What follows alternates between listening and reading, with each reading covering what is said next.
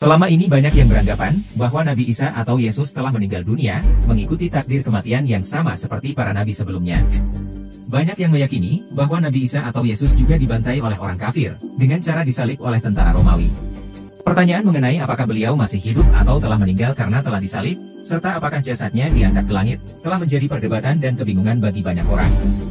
Ketika membahas kisah penyaliban Yesus Kristus, penting bagi kita untuk memahami konteks Al-Quran dan Alkitab. Umat Kristen meyakini bahwa Yesus Kristus adalah sosok yang disalib, sementara dalam Islam, ada pandangan bahwa yang disalib bukanlah Yesus, tetapi Yudas Iskariot yang diserupakan dengan Yesus. Pandangan bahwa yang ditangkap dan disalib bukanlah Yesus melainkan Yudas, juga menghasilkan pertanyaan-pertanyaan menarik mengenai penyangkalan Petrus, dan makna sebenarnya di baliknya. Namun, terdapat bukti dan penafsiran dari ulama terkemuka, yang menunjukkan bahwa Nabi Isa masih hidup. Beberapa ayat dalam Al-Quran dan Injil memberikan indikasi bahwa beliau tidak wafat, alias masih hidup sampai sekarang. Bukti-bukti ini menimbulkan pertanyaan mendalam, dan memicu perdebatan mengenai nasib akhir Nabi Isa atau Yesus. Dalam video ini, kita akan mengeksplorasi bukti-bukti yang ada, dan merangkum argumen-argumen yang menyatakan, kapan Nabi Isa diperkirakan meninggal, pemahaman-pemahaman dari kelompok yang berseberangan, mengenai bukti-bukti yang menguatkan bahwa Nabi Isa atau Yesus masih hidup, serta bagaimana proses pengangkatannya ke atas langit. Mari kita jelajahi secara rinci dan objektif, untuk memperoleh pemahaman yang lebih baik dan relevan bagi umat Islam.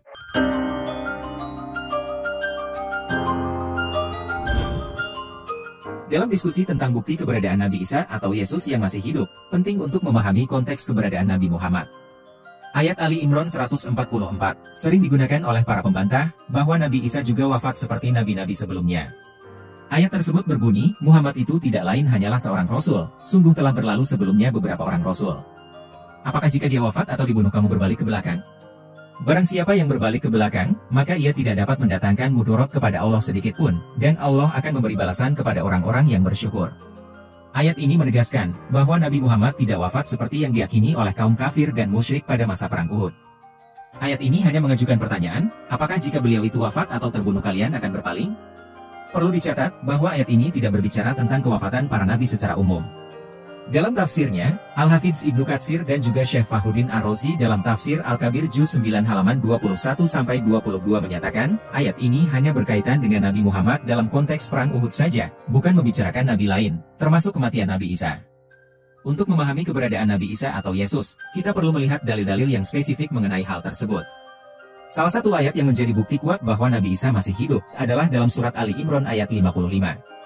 Ayat ini berbicara tentang Allah yang mengambil Nabi Isa kepadanya, mengangkat beliau ke surga, membersihkan beliau dari orang-orang kafir, dan menjadikan pengikut beliau di atas orang-orang kafir hingga hari kiamat. Ayat ini menunjukkan bahwa Nabi Isa masih hidup, dan akan kembali kepada Allah untuk memutuskan perselisihan yang terjadi di antara umat manusia. Selain itu, ada juga ayat-ayat lain yang memberikan indikasi tentang kehidupan Nabi Isa, seperti surat An-Nisa ayat 157-158, yang membantah anggapan bahwa orang Yahudi telah membunuh dan menyalib Nabi Isa. Allah menyatakan bahwa mereka tidak membunuh Isa, tetapi yang mereka bunuh adalah seseorang yang diserupakan dengan Isa. Syekh Al-Wahidi dalam tafsir Al-Wajiz, menafsirkan kata mutawafika bukan mewafatkan, tetapi mengambil, lalu mengangkat Nabi Isa ke langit. Hal serupa juga dilakukan Syekh Nawawi Al-Bantani dalam tafsir Munir. Kemudian Imam Al-Hafidz Jalaluddin As-Suyuti dalam tafsir Ad-Durrul Mansur fit Tafsir Diyal Matsur Juz 3 halaman 598 menyatakan, bahwa kata mutawafika warofi'uka, bermakna ditidurkan, bukan diwafatkan, atau mengangkatnya lalu mewafatkanmu di akhir zaman nanti. Hal ini beliau sampaikan sesuai keterangan dari Imam Al-Hasan Al-Basri dan riwayat Ibnu Abbas sesuai hadits Nabi. Hadis-hadis Rasulullah juga memberikan bukti bahwa Nabi Isa masih hidup, dan akan turun kembali ke dunia pada akhir zaman. Dalam hadis yang diriwayatkan oleh Abu Hurairah, Rasulullah menyatakan bahwa Nabi Isa akan turun sebagai hakim yang adil, mematahkan salib, membunuh Dajjal, dan memenuhi bumi dengan keadilan. Beliau juga akan melakukan haji ke Ka'bah dan tinggal di dunia selama 40 tahun, sebelum akhirnya wafat dan disyalati oleh umat muslim. Hadis ini menegaskan bahwa Nabi Isa masih hidup di sisi Allah, dan akan memainkan peran penting dalam menghadapi peristiwa-peristiwa besar di akhir zaman, seperti mencari semua salib lalu mematahkannya, membunuh para babi dan Dajjal, menghapus jizyah, dan sebagainya. Para sahabat Nabi Muhammad juga memberikan kesaksian tentang kehidupan Nabi Isa. Beberapa sahabat seperti Ibnu Abbas, Hasan Al-Basri, dan Qatadah, menyatakan keyakinan bahwa Nabi Isa masih hidup. Mereka merujuk pada ayat-ayat Al-Quran dan riwayat yang mereka terima dari Rasulullah, sebagai dasar keyakinan mereka. Para sahabat merupakan saksi yang dekat dengan Rasulullah, memiliki pengetahuan mendalam tentang ajaran Islam, dan tidak mungkin beliau berbohong. Lebih lanjut Ibnu Katsir menyatakan, sungguh telah mutawatir hadits-hadits dari Rasulullah Muhammad, bahwa beliau sungguh mengabarkan tentang turunnya Isa ibnu Maryam sebelum hari kiamat, sebagai imam yang adil dan hakim yang adil. Syekh Nawawi Banten juga menjelaskan, sesungguhnya Isa itu sungguh sebagai pertanda dari sebagian tanda-tanda kiamat. Dengan demikian, maknanya adalah, bahwa sesungguhnya turunnya Isa dari langit itu, sebagai pertanda atas dekatnya hari kiamat. Umat Islam secara umum sepakat, bahwa Nabi Isa masih hidup, seperti yang dikatakan oleh para ulama seperti Ibnu Jarir at-Tabari, Ibnu Katsir, Imam Ibnu Athiyah, dan banyak lagi telah menyampaikan penafsiran dan penjelasan, tentang kehidupan Nabi Isa yang masih berlangsung, dengan mereka merujuk kepada ayat-ayat Al-Quran dan hadis-hadis yang menjadi bukti yang kuat dan tak terbantahkan tentang hal ini. Berdasarkan keyakinan umat muslim tentang kehidupan para nabi lainnya seperti Nabi Idris, Nabi Khidir, dan Nabi Ilyas yang masih hidup, beberapa dengan tegas meyakini bahwa Nabi Isa juga masih hidup. Mereka berargumen, bahwa jika Allah dapat mengangkat nabi-nabi lainnya, tidaklah mustahil baginya untuk melakukan hal yang sama terhadap Nabi Isa. Di sisi lain, ada juga argumen dari beberapa kelompok Kristen yang menggunakan interpretasi teks Injil, untuk mendukung kehidupan Yesus. Mereka berpegang pada ayat-ayat tertentu dalam Injil, yang memberikan indikasi bahwa Yesus tidak mati, melainkan diangkat ke surga oleh Allah. Dalam kitab Zabur, terdapat sebuah ramalan yang dinyatakan ulang dalam Injil, yang menunjukkan kedudukan Nabi Isa di surga. Ramalan ini berbunyi, Tuhan telah berfirman kepada Tuanku, Isa Al-Masih, duduklah di sebelah kananku. Ramalan ini telah ada ratusan tahun sebelumnya, dan terkonfirmasi ulang dalam kitab Injil, yang menyatakan dengan jelas bahwa Isa Al-Masih berada di surga. Kemudian salah satu ayat yang sering dikutip, adalah Kisah Para Rasul 1 ayat 9-11, di mana dikisahkan Yesus naik ke surga di depan para muridnya. Hal ini tentu tak hanya klaim semata, namun juga ada saksi mata yang melihatnya secara langsung. Dalam hal ini, nampaknya umat Islam dan Kristen saling bersepakat, bahwa Nabi Isa atau Yesus memang belum mati. Salah satu pengikut Isa Al-Masih bernama Stefanus, memiliki penglihatan yang luar biasa sebelum kematiannya. Meskipun ia menghadapi penganiayaan dan ingin dibunuh, Stefanus memegang teguh imannya. Sebelum meninggal, Stefanus melihat kemuliaan Allah, dan Isa Al-Masih berdiri di tempat berkuasa di sebelah kanan Allah. Dalam Kisah Para Rasul 7 ayat 55-56 disebutkan, tetapi Stefanus yang dikuasai oleh roh Allah memandang ke langit. Ia melihat kemuliaan Allah, dan Yesus berdiri di tempat berkuasa di sebelah kanan Allah. Lihat, kata Stefanus, saya melihat surga terbuka, dan anak manusia berdiri di sebelah kanan Allah. Kesaksian Stefanus ini, menjadi bukti konkret bahwa Nabi Isa Al-Masih masih hidup. Kesaksian ini juga meneguhkan keyakinan para Hawariyin pengikut Isa Al-Masih pada saat itu, bahwa Nabi Isa memang diangkat ke surga. Dengan adanya perbandingan antara kitab Zabur dan Injil tentang kedudukan Nabi Isa, kenaikan Nabi Isa ke surga dengan saksi mata dalam kitab Injil, serta kesaksian Stefanus tentang penglihatan Nabi Isa di surga sebelum kematiannya, semakin menguatkan bukti, bahwa Nabi Isa Al-Masih masih hidup dan berada di surga. Ini merupakan bagian dari keajaiban, dan kebenaran ajaran yang disampaikan dalam kitab Injil serta Al-Quran. Golongan Ahlus Sunnah wal Jamaah memiliki keyakinan yang sangat berbeda dengan golongan liberal, di mana mereka mengingkari 100% ada nabi yang masih hidup. Ahlus Sunnah wal Jamaah hanya mengikuti ajaran yang diajarkan oleh Allah dan Rasul-Nya, tanpa menambah atau mengurangi apapun. Mereka tidak berbicara mengenai masalah gaib, kecuali berdasarkan keterangan yang jelas dari Allah dan Rasul-Nya, maka dari itu, keyakinan tentang masih hidupnya Nabi Isa sangat mengakar dengan kuat. Lajnah Daimah, sebuah lembaga fatwa resmi di Arab Saudi memberikan penjelasan, bahwa Nabi Isa bin Maryam masih hidup dan belum meninggal hingga saat ini. Mereka merujuk pada ayat Al-Quran dalam surat An-Nisa ayat 157-158, yang membantah anggapan orang Yahudi bahwa mereka telah membunuh Nabi Isa dan menyalibnya. Ayat tersebut menyatakan, bahwa Allah telah mengangkat Nabi Isa ke langit dengan jasad dan ruhnya. Penjelasan ini ditegaskan pula dalam tafsir Imam Ibnu Athiyah yang menyatakan, bahwa umat Islam sepakat, Nabi Isa berada di langit, masih hidup beserta dengan jasadnya yang utuh, dan akan turun di akhir zaman untuk menjalankan misi tertentu. Meskipun Nabi Isa masih hidup saat ini, seperti semua makhluk hidup, pada akhirnya beliau juga akan mengalami kematian. Waktu kematian Nabi Isa tidak terjadi sekarang, tetapi diprediksi akan terjadi di akhir zaman, setelah Allah menurunkan beliau kembali ke bumi untuk menjalankan misi tertentu. Dalam hadis yang diriwayatkan oleh Abu Hurairah, Nabi Muhammad menyatakan bahwa Nabi Isa akan tinggal di bumi selama 40 tahun setelah kedatangannya, kemudian Allah akan mematikan beliau, dan kaum muslimin akan melaksanakan salat jenazah untuk beliau. Dalam diskusi mengenai bukti bahwa Nabi Isa atau Yesus masih hidup, terdapat beberapa fakta dan penafsiran yang perlu diperhatikan. Penafsiran dari para ulama, seperti Ibnu Katsir, Syekh Fahruddin Ar-Razi, Ibnu Jarir At-Tabari dan lainnya, menguatkan keyakinan bahwa Nabi Isa masih hidup dan diangkat oleh Allah. Mereka menyebutkan bahwa Nabi Isa akan turun kembali ke bumi sebelum hari kiamat, sebagai hakim yang adil. Namun yang perlu dicatat lagi, bahwa keyakinan ini adalah bagian dari keimanan dan keyakinan pribadi setiap individu.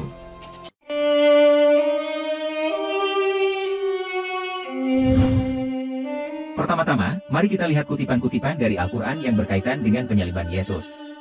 Ayat yang sering dikutip adalah surat An-Nisa 157 yang menyatakan ucapan mereka, sesungguhnya kami telah membunuh Al-Masih Isa putra Maryam, utusan Allah.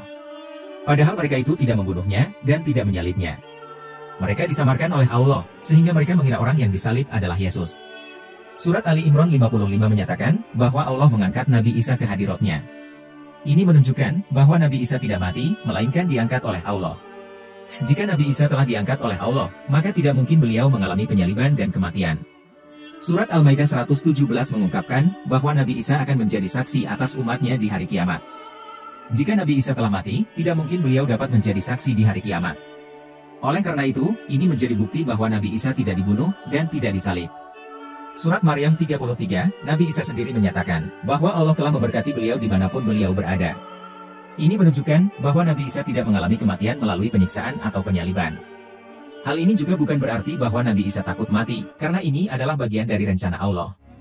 Dengan merujuk pada bukti-bukti tersebut dalam Al-Quran, kita dapat menyimpulkan, bahwa Nabi Isa tidak dibunuh dan tidak disalib. Peristiwa penyaliban dan kematian tersebut, adalah rekayasa Allah untuk menyelamatkan Nabi Isa, sedangkan yang disalib adalah orang yang telah diserupakan dengan Yesus. Ini sejalan dengan pandangan Islam, bahwa Nabi Isa diangkat oleh Allah, dan akan kembali pada akhir zaman sebagai tanda kebesarannya. Selanjutnya, kutipan teks-teks Al-Quran menyatakan, bahwa Hawariyin atau murid-murid Nabi Isa, adalah orang-orang yang beriman, taat, dan setia kepada Nabi Isa. Surat Al-Imran 52, maka ketika Isa merasakan kekafiran dari mereka, ia berkata, siapakah yang menjadi penolongku kepada Allah? Para pengikutnya menjawab, kami adalah penolong-penolong Allah, kami beriman kepada Allah, dan saksikanlah, bahwa kami adalah orang-orang yang berserah diri. Surat As-Saff 14, hai orang-orang yang beriman, jadilah penolong-penolong Allah, sebagaimana Isa putra Maryam telah berkata kepada murid-muridnya, siapakah yang menjadi penolong-penolong Allah? Murid-muridnya menjawab, kami adalah penolong-penolong Allah. Maka segolongan dari Bani Israel beriman, dan segolongan tidak beriman. Maka kami berikan kekuatan kepada orang-orang yang beriman melawan musuh-musuh mereka, lalu mereka mendapat keunggulan. Selain kutipan Al-Quran, terdapat pula hadits yang memberikan indikasi bahwa orang yang disalib bukanlah Nabi Isa, melainkan salah seorang muridnya yang bersedia untuk diserupakan dengan Nabi Isa. Dalam sebuah hadits yang diriwayatkan oleh Imam Bukhari dan Imam Muslim, Rasulullah Muhammad menyampaikan, seorang lelaki dari Bani Israel yang banyak dosanya, pernah berjumpa dengan Isa bin Maryam dan berkata kepadanya, aku telah melakukan banyak dosa, adakah penyesalanku bisa diterima? Kemudian Isa bin Maryam bertanya kepadanya, apakah engkau memiliki iman? Lelaki itu menjawab, tidak. Isa berkata, pergilah, dan berbuat dosa semaumu. Lalu, lelaki tersebut bertemu dengan Isa bin Maryam lagi, dan kali ini ia mengatakan, aku telah memiliki iman. Isa bin Maryam berkata kepadanya, pergilah, dan berbuat kebajikan sebanyak yang engkau bisa. Setelah itu, lelaki tersebut kembali bertemu dengan Isa bin Maryam, dan membawa bersamanya sepotong roti. Ia berkata, roti ini adalah pengorbanan hidupku untukmu. Isa bin Maryam pun menyatakan, engkau tidak akan bisa menjadi pengorbanan hidupku, tetapi pengorbanan hidupmu untukku adalah sah. Kemudian, lelaki tersebut disalib seperti yang diharapkannya. Terhadap penjelasan ini, orang Kristen biasanya menyangkal dengan mengatakan, bahwa kematian Yudas dijelaskan dalam Matius 27 ayat 5 yang berbunyi, maka ia pun melemparkan uang perak itu dan menggantung diri. Ayat ini dipakai sebagai bukti, bahwa Yudas matinya tidak disalib, tetapi gantung diri, dengan kata lain yang disalib itu adalah Yesus. Namun, bantahan ini bertentangan dengan ayat Bible lainnya seperti dalam Kisah Rasul 1 ayat 18 disebutkan, bahwa kematian Yudas bukan karena gantung diri, tetapi karena jatuh tertelungkup. Jadi, ada kemungkinan ayat-ayat Injil sudah ditambah-tambahi, karena tidak mungkin ada dua versi atas kematian seseorang. Selain itu, ada catatan yang dapat dipercaya sampai kepada Ibnu Abbas. Ketika Allah hendak mengangkat Isa ke langit, beliau bertemu dengan 12 orang lelaki Hawariyin.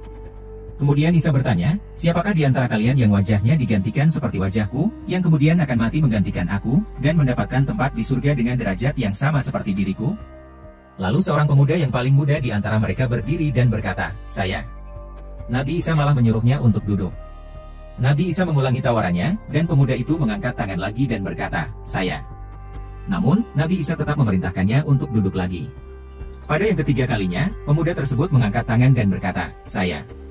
Lalu Isa berkata, "Baiklah, kamu yang terpilih." Berdasarkan kutipan Al-Quran yang menyatakan bahwa murid-murid Nabi Isa adalah orang-orang yang beriman dan setia, serta hadits yang menunjukkan bahwa orang yang disalib adalah salah seorang murid Nabi Isa yang bersedia untuk diserupakan dengan beliau, kita dapat menyimpulkan bahwa orang yang dibunuh dan disalib bukanlah Nabi Isa, dan bukan seorang pengkhianat. Bahkan Ibnu Jarir at-Tabari menyebutkan, yang diserupakan dengan Nabi Isa, adalah semua orang Hawariyin muridnya Isa. Ketika orang Yahudi yang mengepung rumah itu menangkap mereka, Yahudi itu kebingungan dan mengatakan, "Kalian telah menyihir kami." Argumen ini menguatkan pandangan bahwa identitas sebenarnya dari orang yang disalib masih diperdebatkan, dan ada kemungkinan bahwa orang itu adalah Yudas, salah seorang murid Nabi Isa yang paling muda, paling setia, dan paling tinggi derajatnya, bukan seorang pengkhianat seperti yang banyak disalahpahami. Sebagai alat argumentasi dalam membahas peran Yudas Iskariot dalam peristiwa penangkapan Yesus, terdapat beberapa teks dalam Bible yang secara implisit mendukung pandangan bahwa Yudas bukanlah seorang pengkhianat, melainkan seorang yang terbesar di antara murid-murid Yesus. Dalam Injil Yohanes 13 ayat 27, Yesus memberikan sepotong roti yang telah dicelupkan kepada Yudas Iskariot saat perjamuan terakhir. Tindakan ini menunjukkan bahwa Yudas memiliki peran penting dalam rencana keselamatan yang lebih besar. Nama keluarga Yudas, yaitu Iskariot, dikaitkan dengan daerah asalnya, yaitu Kriot. Beberapa penafsir menganggap hal ini sebagai indikasi bahwa Yudas memiliki status atau pengaruh yang lebih tinggi daripada murid-murid lainnya. Beberapa pendapat mengemukakan bahwa peran Yudas dalam penyerahan Yesus adalah bagian dari rencana keselamatan yang lebih besar. Menurut pandangan ini, tindakan pengkhianatan Yudas sebenarnya diperlukan untuk memenuhi ramalan dan memungkinkan pengorbanan Yesus bagi keselamatan umat manusia. Sebuah argumen yang dapat diajukan adalah bahwa perubahan wajah Yudas yang menyerupai Yesus saat penangkapan menyebabkan orang-orang salah mengira bahwa yang ditangkap adalah Yesus. Injil Lukas 22 ayat 47-48, ketika Yudas datang untuk menyerahkan Yesus, ia memberikan tanda kepada orang banyak dengan mencium Yesus. Tindakan ini dapat dipahami sebagai upaya untuk membingungkan orang-orang dan menyebabkan mereka mengira bahwa yang ditangkap adalah Yesus. Lalu dalam Injil Markus 14 ayat 43 disebutkan bahwa Yudas datang bersama dengan sekelompok orang dari pihak kepala imam dan petugas di Bait Allah. Kehadiran mereka mungkin dimaksudkan untuk memastikan bahwa orang-orang yang menangkap Yudas mengira bahwa yang ditangkap adalah Yesus. Dengan adanya keterangan-keterangan tersebut dalam Bible, dapat disimpulkan bahwa yang ditangkap pada saat penangkapan adalah Yudas Iskariot, bukan Yesus. Kemudian, kita akan melihat dialog antara orang-orang Yahudi dengan Petrus, salah seorang Hawariyin, yang juga menjadi bukti bahwa yang disalib bukanlah Yesus, melainkan Yudas Iskariot. Setelah penangkapan, Petrus dihadapkan pada situasi yang sulit. Orang-orang Yahudi yang mengenal Petrus mulai mencurigainya sebagai salah satu murid Yesus. Mereka merasa yakin bahwa Petrus memiliki keterkaitan erat dengan orang yang diadili dan merupakan bagian dari pengikutnya. Yahudi 1, engkau juga selalu bersama-sama dengan Yesus, orang Galilea itu. Petrus, aku tidak tahu apa yang engkau maksud. Yahudi 2, orang ini bersama-sama dengan Yesus, orang Nazaret itu. Petrus, aku tidak kenal orang itu. Yahudi 3, pasti engkau juga salah seorang dari mereka, itu nyata dari bahasamu. Petrus, aku tidak kenal orang itu. Dalam dialog tersebut, kata itu merujuk kepada seseorang yang sedang diadili, yang orang-orang Yahudi pikir adalah Yesus. Namun, Petrus dengan tegas menyangkal semua dakwaan tersebut. Pertama, ketika Yahudi 1 mengatakan bahwa Petrus selalu bersama-sama dengan Yesus, Petrus menyangkal dengan berkata bahwa ia tidak tahu apa yang dimaksud oleh Yahudi 1. Ini menunjukkan bahwa Petrus tidak bisa memahami jika orang yang sedang diadili adalah Yesus, dan tidak mengenal orang yang dimaksud oleh Yahudi 1. Kemudian, Yahudi 2 mendakwa bahwa orang yang disidang bersama-sama dengan Yesus adalah Petrus. Namun, Petrus dengan tegas menolak dan mengatakan bahwa ia tidak kenal orang tersebut. Dalam dakwaan yang ketiga, Yahudi 3 menyebutkan bahwa Petrus pasti juga salah seorang dari murid-murid Yesus. Namun, Petrus tetap menyangkal dengan mengatakan bahwa ia tidak kenal orang yang dimaksud. Dari dialog ini dapat ditarik kesimpulan bahwa Petrus menyangkal pengetahuannya tentang orang yang sedang diadili. Jika kita berasumsi bahwa orang yang sedang diadili adalah benar-benar Yesus, maka Petrus tidak mungkin menolak mengakui bahwa ia mengenal Yesus, atau bahwa ia adalah salah seorang murid Yesus. Namun, jika kita mempertimbangkan bahwa yang sedang diadili bukanlah Yesus, melainkan seseorang yang diserupakan dengan Yesus, maka penyangkalan Petrus dapat dipahami sebagai penolakan untuk mengakui keterlibatannya dengan orang yang sedang disidang, yaitu Yudas. Hal ini juga sejalan dengan karakter Petrus yang pemberani dan heroik, yang telah terbukti saat ia mempertahankan Yesus dengan pedangnya, dan berhasil memotong telinga salah seorang dari pasukan yang bernama Malchus. Tindakan Petrus yang teguh dalam membela Yesus menunjukkan bahwa ia adalah seorang yang memiliki keyakinan yang kuat dan setia terhadap guru dan ajarannya. Selain itu, Petrus juga dengan ikhlas menggembalakan domba-domba milik Yesus, yang menunjukkan bahwa ia adalah seorang yang dapat dipercaya. Dengan demikian, dari dialog penyangkalan Petrus ini, kita dapat melihat bukti yang mendukung bahwa yang disalib bukanlah Yesus. Berdasarkan penelusuran dan analisis terhadap teks-teks Al-Quran dan Bible, serta mempertimbangkan konteks sejarah dan keterangan dari beberapa sumber sejarah, dapatlah diambil beberapa kesimpulan yang menarik terkait dengan identitas orang yang disalib dan implikasinya. Murid-murid Nabi Isa, termasuk Yudas Iskariot, umumnya dijelaskan sebagai orang-orang yang beriman, taat, dan setia kepada Nabi Isa, bukan seorang pengkhianat. Dalam peristiwa penangkapan dan pengadilan, Petrus salah seorang murid Yesus, mengetahui bahwa orang yang ditangkap dan diadili bukanlah Yesus, melainkan temannya Yudas yang telah diserupakan dengan Yesus. Penyangkalan Petrus terhadap dakwaan orang-orang Yahudi, menunjukkan adanya suatu kebingungan dan ketidaktahuan terhadap orang yang disidang. Hal ini memperkuat dugaan, bahwa orang yang disidang bukanlah Yesus, melainkan Yudas yang diserupakan dengan Yesus. Dalam konteks perbedaan keyakinan antara Islam dan Kristen, penemuan ini menunjukkan perbedaan interpretasi dan penafsiran terhadap peristiwa penyaliban. Namun, penting untuk menjaga dialog dan saling menghormati dalam menjelaskan perbedaan keyakinan ini.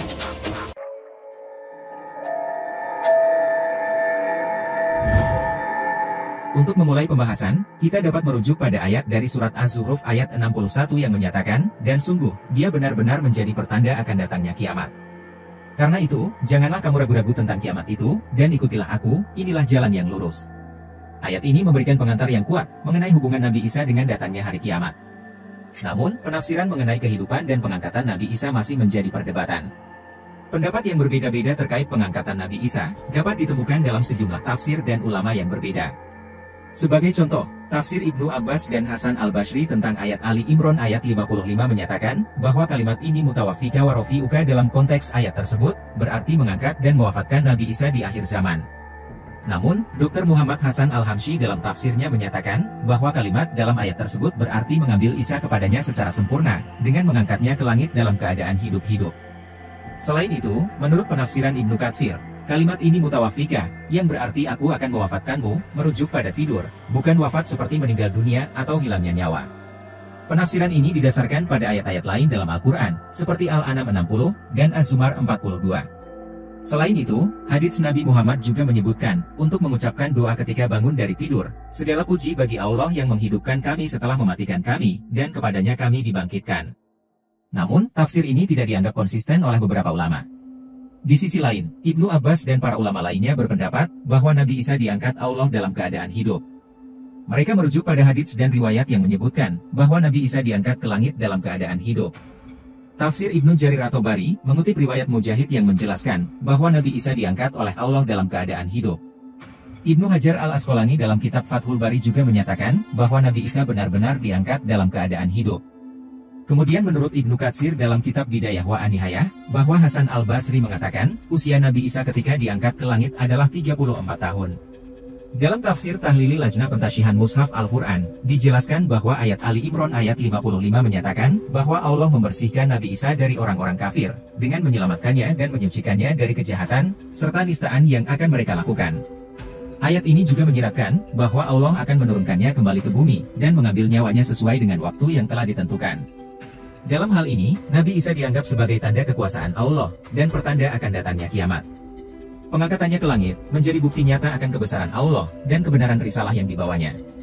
Meskipun terdapat perbedaan penafsiran, penting untuk diingat bahwa ini adalah bagian dari keyakinan keagamaan yang beragam, dan perbedaan pendapat yang terjadi dalam komunitas Muslim. Pemahaman mengenai pengangkatan Nabi Isa ke langit, dapat berbeda-beda di antara kelompok-kelompok yang ada. Kelompok Sufi, dan mereka yang mendalami ilmu tasawuf memiliki keyakinan, bahwa ada wahyu yang dapat diperoleh oleh orang yang telah mencapai tingkatan kasyaf, atau penyingkapan batiniah, baik wahyu yang diberikan oleh Allah atau oleh orang saleh masa silam. Dalam keyakinan mereka, beberapa nabi seperti Nabi Khidir, Nabi Idris, Nabi Ilyas, dan beberapa nabi lainnya dianggap masih hidup, dan menjadi sumber wahyu bagi mereka yang telah mencapai tingkatan kasyaf. Kemudian kelompok liberal, dan mereka yang seirama dengan pemikiran liberal, seperti kelompok Mu'tazilah, para filsuf, para ateis dan agnostik, cenderung menolak adanya nabi yang masih hidup. Mereka mengandalkan logika dan akal sebagai standar utama dalam memahami agama, sehingga mereka mengingkari bahwa Nabi Isa masih hidup. Kemudian golongan Ahlus Sunnah wal Jamaah, merupakan golongan pertengahan yang tidak bersifat ekstrim kanan maupun ekstrim kiri. Mereka berpegang pada keyakinan dan ajaran Allah, sebagaimana yang diajarkan dalam Al-Quran dan hadis-hadis Rasulullah, tanpa menambahkan atau mengurangi apapun. Mereka tidak berbicara mengenai hal-hal gaib, kecuali berdasarkan pada keterangan yang jelas dari Allah dan Rasul-Nya. Golongan ini menerima dengan penuh keyakinan apa yang Allah sampaikan dalam Al-Quran, dan apa yang disampaikan dalam hadis-hadis sahih mengenai pengangkatan Nabi Isa ke langit, dan masih hidupnya Nabi Isa. Dalam agama Islam, keyakinan umumnya adalah, bahwa semua makhluk yang bernyawa akan mengalami kematian, termasuk juga Nabi Isa. Namun, kematian Nabi Isa tidak terjadi pada saat ini, melainkan di akhir zaman, setelah beliau turun kembali ke bumi. Ayat Al-Quran dalam surah Ali Imran ayat 185 menjelaskan, bahwa semua jiwa pasti akan merasakan kematian, dan ganjaran dan balasan akan diberikan pada hari kiamat. Oleh karena itu, Nabi Isa juga akan mengalami kematian seperti manusia pada umumnya, tetapi waktu kematian beliau ditentukan di masa yang akan datang. Ketika beliau turun, beliau akan membawa misi penting, termasuk membunuh babi, dan membawa keadilan di bumi bersama umat muslim. Berita mengenai turunnya Nabi Isa ini, ditegaskan dalam hadits-hadits yang sahih. Nabi Muhammad telah memberitakan tentang kedatangan Imam Mahdi di akhir zaman, keluarnya Dajjal, dan turunnya Nabi Isa. Hadits-hadits ini memiliki sanad yang kuat, dan tidak dapat ditolak dengan argumen yang tidak relevan. Kisah pengangkatan Nabi Isa ke langit, merupakan peristiwa penting dalam kehidupannya. Sebelum pengangkatan tersebut, Nabi Isa sedang dalam pengejaran oleh kaum Yahudi yang ingin membunuhnya. Ini disebabkan, karena Nabi Isa diutus oleh Allah kepada Bani Israel untuk mengajak mereka kembali ke jalan yang lurus. Mengutip buku kisah para nabi Qisas Al-Anbiya oleh Ibnu Katsir, ada riwayat tentang pengangkatan Isa ke langit dalam sejumlah atsar.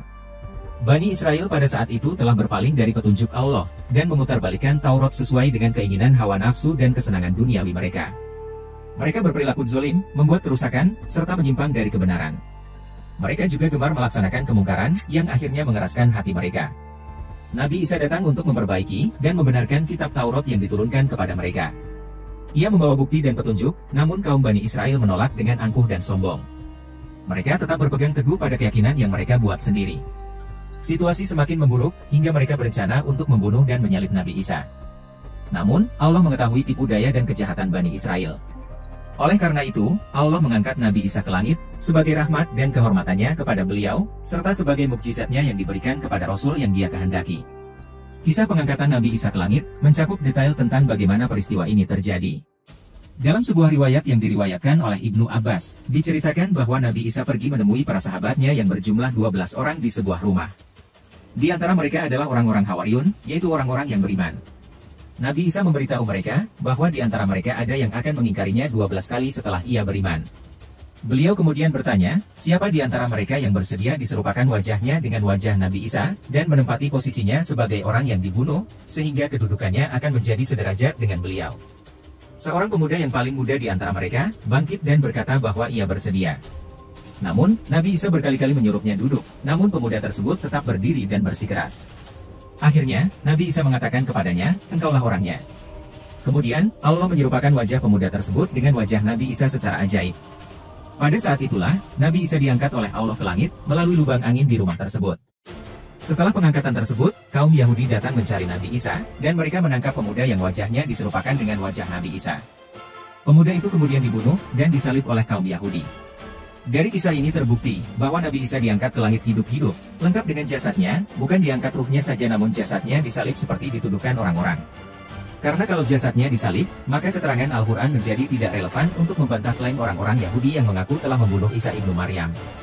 Akibat dari peristiwa pengangkatan Nabi Isa, para pengikutnya yang semula berada bersamanya dalam rumah tersebut, menjadi kafir terhadapnya. Mereka terbagi menjadi 3 kelompok dengan pendapat yang berbeda. Kelompok pertama menyatakan, bahwa Allah dulunya berada di tengah-tengah mereka, namun sekarang Dia telah diangkat ke langit.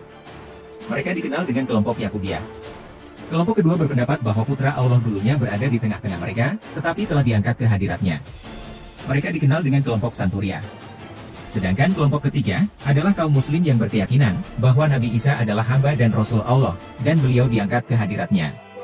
Peristiwa pengangkatan Nabi Isa ke langit, dan reaksi dari Bani Israel yang menyangka bahwa mereka telah membunuhnya, mencerminkan pentingnya keimanan yang lurus dan menepati janji Allah.